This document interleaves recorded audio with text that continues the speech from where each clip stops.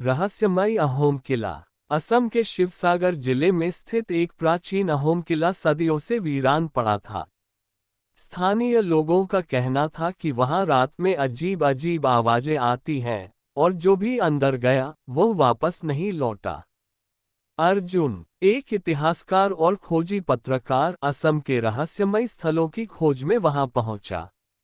उसे एक पुरानी पांडुलिपि मिली थी, जिसमें लिखा था कि इस किले के नीचे एक गुप्त सुरंग है, जो सीधे ब्रह्मपुत्र नदी तक जाती है।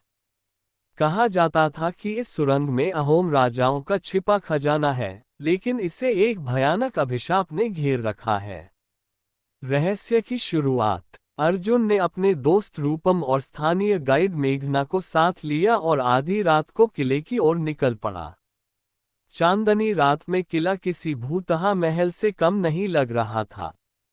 चारों ओर सन्नाटा था, बस हवा की सरसराहट सुनाई दे रही थी। वे किले के अंदर गए और दीवारों पर बनी चित्रलिपियों को पढ़ने की कोशिश करने लगे। अचानक उन्हें फर्श पर एक पुराना लोहे का दरवाजा दिखा। अर्जुन ने मशाल जलाकर नीचे झांका, वहां एक लंबी सुरंग थी। योजक चिन्ह, योजक चिन्ह, योजक चिन्ह।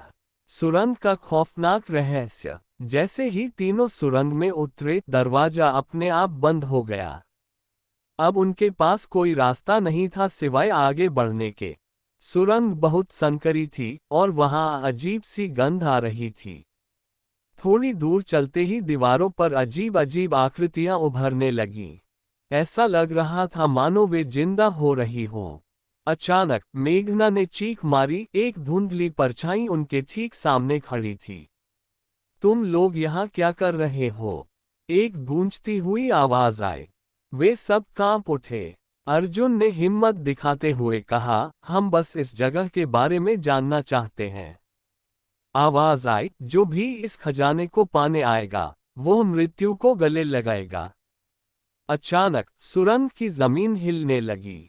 चारों ओर से दीवारें सिकुड़ने लगीं, जैसे कोई उन्हें कुचलना चाहता हो। अर्जुन और उसके दोस्त भागने लगे। आगे एक और दरवाजा दिखा, लेकिन वह जंग लगा हुआ था। रूपम ने जोर से दरवाजे को धक्का दिया और सौभाग्य से वह खुल गया। वे तेजी से बाहर निकले और सीधे ब्रह्मपुत्र नदी के किनारे पहुंच गए।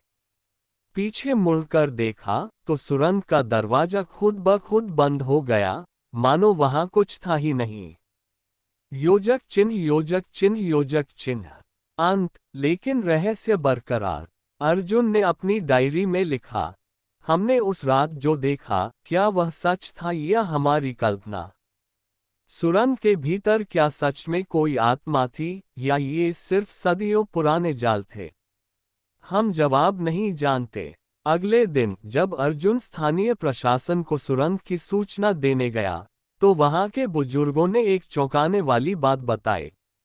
इस किले में जाने वाले बहुत कम लोग बचते हैं, लेकिन जो बचते हैं वे ज्यादा दिनों तक जीवित नहीं रहते। अर्जुन के चेहरे का रंग उड़ गया।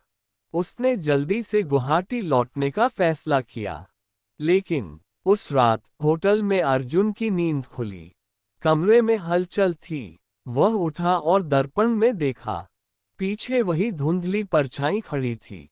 कमरे की लाइट अचानक बंद हो गई और अगली सुबह अर्जुन रहस्यमय तरीके से गायब था। रूपम और मेघना ने उससे बहुत खोजा, लेकिन उसका कोई सुराग नहीं मिला। कुछ लोगों ने कहा कि वह किले के श्राप का शिकार हो गया, तो कुछ ने कहा कि वह खुद किसी बड़े रहस्य का हिस्सा बन गया। लेकिन सच क्या था, यह आज तक एक अनसुलझा रहस्य बना हुआ है। असम का ये रहस्य कौन सुलझाएगा? क्या आप हिम्मत करेंगे? एंड।